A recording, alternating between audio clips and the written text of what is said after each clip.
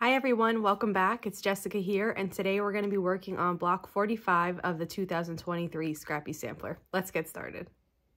This block is composed of flying geese and half square triangles. We'll start with the flying geese. I have this new foot that I got. I used it in our video yesterday, and I'm going to use it again today, and I think it's going to be wonderful for this. It's number 34D. It's a reverse pattern foot, but the bottom of it is clear. I think it's going to be really great for flying geese because you're going to be able to see, while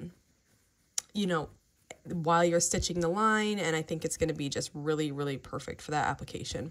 So I'm laying my square here, and we're going to sew from this corner to this corner. So first, I'm just going to make sure I'm positioned correctly. And the red line here of this foot is right in line with the needle. So I'm sewing on the diagonal here. So I'm just going to trim away this bottom here, and you could use a ruler and a rotary cutter or scissors here. I like to use scissors. And when we fold this back, we'll have half of the flying geese there. Now we're going to do the other side. So you can press with an iron here, or you can just finger press. And you're going to line this other side up, and then we're going to sew from this corner to this corner. And I'm just going to take a minute to make sure my piece is laying just right.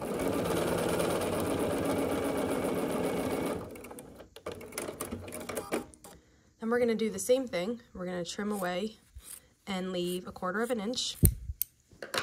And what we have is one of our flying geese units. Now you can press this or you can finger press it. We need 4 of these. I have the other 4 made. And we're just going to set these aside. So it's 4 identical flying geese units. I'm going to set them aside, and I'm going to change my foot. When I'm piecing with 1/4 of an inch seam, I like to use the foot 57D. It's a patchwork foot, and it has this nice metal guide here. So I switched to that. And now we need to make half square triangles. And there's 2 different sets that we need to make. So the first set is our background color and an accent color here. I'm using yellow, but you could use anything. And so we're gonna sew here with 1/4 of an inch and cut this. And we need 4 of these also. I'm just making 1 to show you. I'll press this open with my fingers, or you could use an iron. And then we just need to trim away the corners here. So this little overhang is going to get trimmed, and we're left with a half square triangle. And again, we need 4 of these, which I have the other 3. So I'll set these aside also. And the last set of half square triangles we need to make is, our dark and our light. So I'm using both blues, but one's darker than the other. And I'm just going to mash it on top of each other, just like we just did, and sew this with 1/4 of an inch.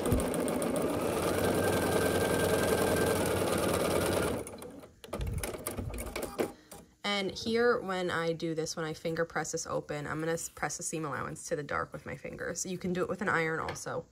And I'm just going to trim these overhangs, just like we just did. And these are exactly the same size as the other half square triangles. It's just that the color layout's different. So we're going to need 4 of these, which I have.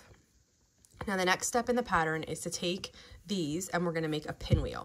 So when we're doing this, I think the best thing to do is to reference the pattern, because if you have your blocks turned at all, you won't get that pinwheel design. So what I'm going to do here is I just looked at the pattern. I have my pieces laid correctly. These diagonal seams will nest with each other, so I'm making sure they're nesting. And we're going to sew with 1/4 of an inch seam allowance. And then I'm just going to chain piece the other 2 on. So the bottom 2 are going to look like this. We're going to have light, dark, and then light, dark. So it's going to look like this. When I put them on top, again, that diagonal seam is going to nest. So this diagonal, they're nesting. And I'm going to sew here. Then I'm going to cut the thread, and we have our pinwheels almost together. I'm going to open one way and one the other way, and we're going to sew this together. So I'm nesting the middle seam, and also as you do this, the diagonal seams are going to nest again. So this diagonal is nesting, this diagonal is going to nest, and then this middle seam here will nest too. So I'm going to sew across. Okay, And here is our pinwheel. Now the next thing to do is just start assembling the block. So I'm going to bring my other pieces back over. When we assemble the top row of the block, the first portion is going to be like this. Our color parts of our half square triangle are pointing out here. So I am laying this right on top.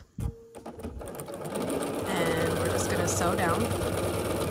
Then I'm going to get another flying geese, and it's going to match up with this. And you're going to see we're going to have this really fun diamond effect here without actually making any diamonds.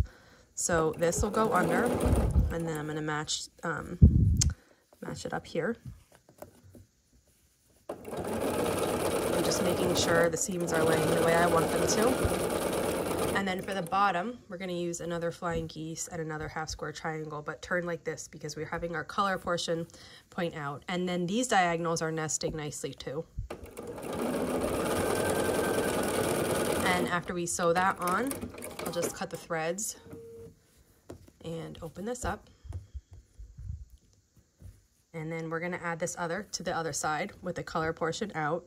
These diagonals here are nesting too. And we're going to sew. There we go. Then I'm just going to open the pinwheel, and we're going to take the last flying geese unit, which is going to go here, and start sewing this on. So let me get it matched up. There we go. And okay, then you just sew across here. And the final portion is one more half square triangle right here. We're going to nest those diagonals again.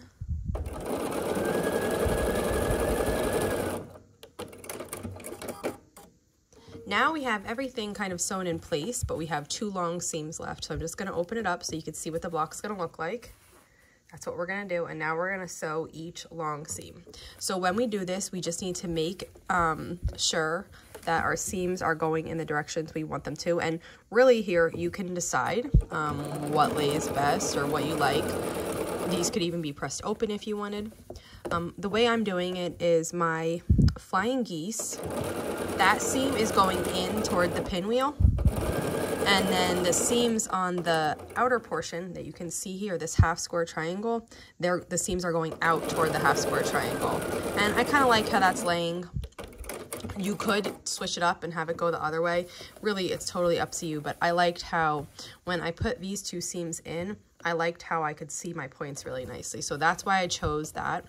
But again, you can push it either way, depending on how your flying geese came out, which way the point looks better. That's up to you.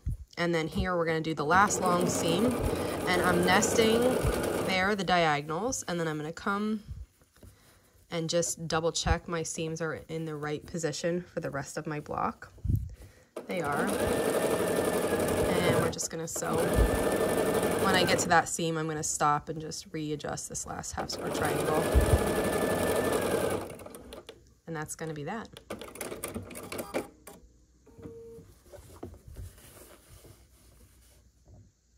Isn't that one pretty? Okay, so let's press this block. We're going to start on the back, and we're going to work with the middle section here. And we're just going to press across the middle. Once that's ready, we're going to flip it over and close this side. And then we're going to set the long seam and all these other parts. Here are the half square triangles, and we're just going to set those. Once we feel like they are set nicely, we're just going to gently press back with the iron and set the seam from the top side then.